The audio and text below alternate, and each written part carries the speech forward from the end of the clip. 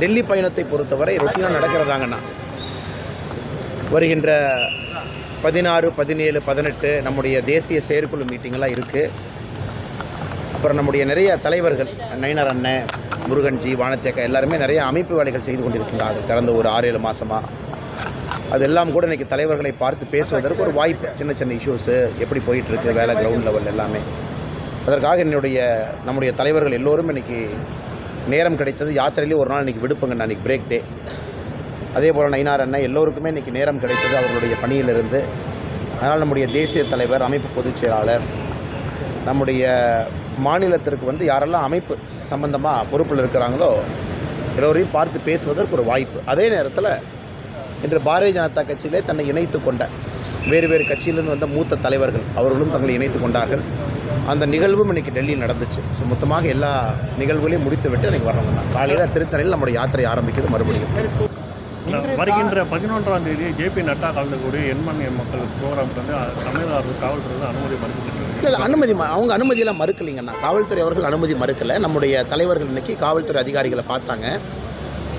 ஒரு விஷயத்திலே பாரதிய ஜனதா கட்சி நாங்களும் தெளிவாக இருக்கின்றோம். சென்னை மாநகரத்தில் எங்களால் எந்த விதமான டிராஃபிக் ஜாம் எங்கேயும் நடக்கக்கூடாது என்பதிலே தெளிவாக இருக்கின்றோம். இதை கமிஷனர் அவங்ககிட்ட, டிஜிபி அவங்ககிட்ட நாங்கள் பல இடத்துல சொல்லியிருக்கோம். எங்களால் எங்கேயுமே டிராஃபிக் ஜாம் இருக்காது. உதாரணத்துக்கு பார்த்திங்கன்னா, நீட் எதிர்த்து திமுக கட்சிகள்லாம் அந்த 1ஆம் தேதி வாலாஜா ரோட்டில் இங்கே நடந்து போனாங்க. அப்புறம் ஒரு ஆண்டும் தலைவர்கள் பிறந்த நாளுக்காக மார்ச் பாஸ்ட் ஊர்வலம் மாதிரி போகிறாங்க. இதெல்லாம் நடக்குது. அதெல்லாம் டிராஃபிக் ஜாமை நிச்சயமாக உருவாக்குது. அதனால் பாரதிய ஜனதா கட்சிக்கு ஒரு நியாயம், இன்னொரு கட்சிக்கு ஒரு நியாயம் இருக்க முடியாதுங்கண்ணா. ஆனாலும் நாங்கள் தெளிவாக இருக்கின்றோம். எங்களால் ஒருவருக்கு கூட சென்னை மாநகரத்திலே தொந்தரவு ஏற்படக்கூடாது என்பதில் தெளிவாக இருக்குது. இன்றைக்கி நம்முடைய நட்டா அவர்கள் 200வது தொகுதிக்கு வர்றாங்கண்ணா. பாரத பிரதமர் நரேந்திர மோடி அவர்கள் 234வது தொகுதிக்கு வருவாங்க. நட்டா அவர்களுடைய தேதி இன்றைக்கி முடிவாயிருச்சு. பிரதமர் அவர்களுடைய தேதியை வெகு விரைவில் நாங்கள் அறிவிக்கிறோம். இப்போதைக்கு டென்டேட்டிவாக பிப்ரவரி 25ஆம் தேதி வச்சுருக்கோம். அதனால் நிச்சயமாக யாத்திரை நடக்கும், சென்னையிலும் நடக்கும். அது எப்படி பண்ணணும், அது இதே மாதிரி ரோட்டில் போகிறதா, மக்களை எப்படி சந்திக்கிறது, மக்களை சந்திப்பது தான் நோக்கங்கண்ணா. பிரச்சனை இல்லாமல் எப்படி சந்திக்கிறது தான் நம்முடைய தலைவர்களும் காவல்துறை அதிகாரிகளும் யோசிச்சுக்கிட்டு இருக்காங்க. காவல்துறை அவர்கள் நம்முடைய தேசிய தலைவர் அவருடைய வருகைக்கு அவங்க எந்த அப்ஜெக்ஷனும் பண்ணலை. பொதுக்கூட்டத்துக்கு எந்த அப்ஜெக்ஷனும் பண்ணலை.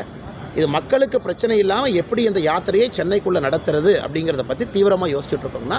ஆனால் ஃபண்டமெண்டல் பாயிண்ட் நான் தெளிவாக இருக்கின்றேன். நான் இந்த யாத்திரையை நடத்த வேண்டிய ஒரு மனிதன் என்கின்ற முறையில் என்னால் சென்னையிலே ஒருவருக்கு கூட ஒரு சிரமம் ஏற்படக்கூடாது என்பதிலே மிக மிக தெளிவாக இருக்கிறேன்.